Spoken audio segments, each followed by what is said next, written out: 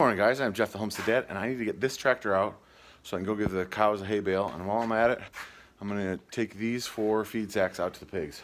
I've already milked this morning, kind of in a hurry. We got to get to basketball, got to do a bunch of other stuff. See you guys in a minute.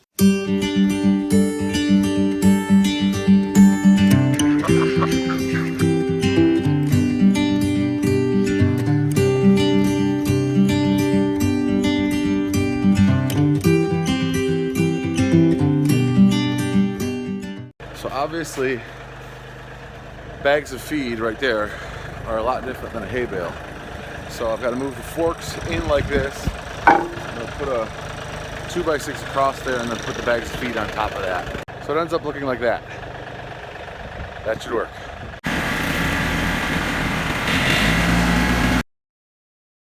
Phase 1 complete. Feed bags here. Not 100% sure that 4 bags can fit in there, but I think so. Let's see if we can make it happen. Like a glove. This glove. It's kind of like that, right?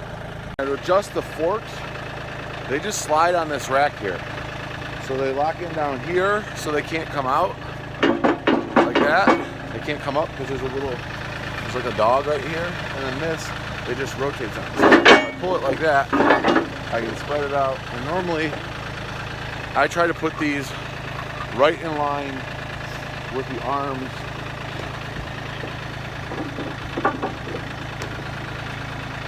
for the lift.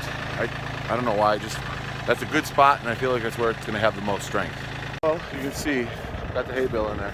I would have shown you guys, but I've done it before, and this is kind of a pucker up and hope type of thing.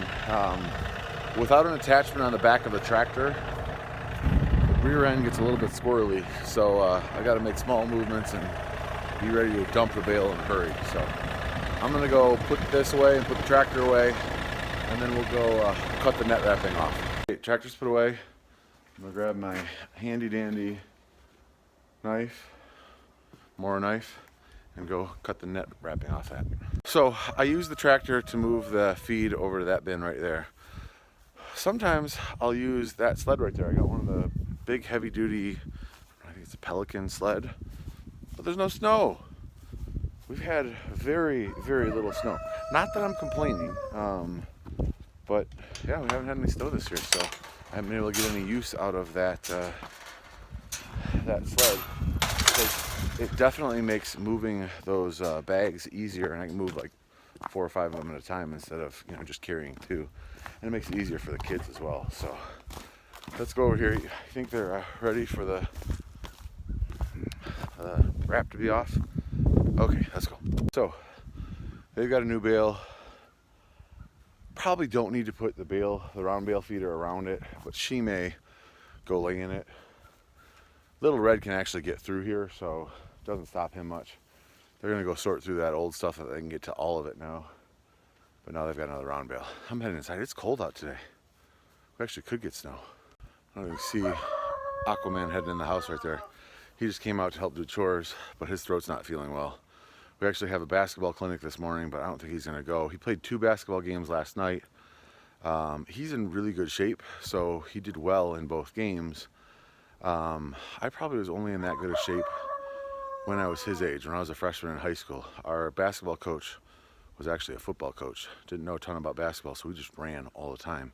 We were really good because nobody could keep up with us, but yeah, he's in really good shape. He's been in this kind of shape, I don't know, for probably the last couple years, which really, really helps. Just the swimming, he likes to come out in the barn and run on the treadmill, which really helps with basketball, just being in shape. Not being in shape now, basketball is much more difficult than when I'm in shape. I know when I start to get in shape, it's like, wow, basketball's a lot easier. Everything's a lot easier. Speaking of which, I'm not doing so good on my weight loss. Kind of hit a rut. Need to get back to it. So we are on our way home from basketball.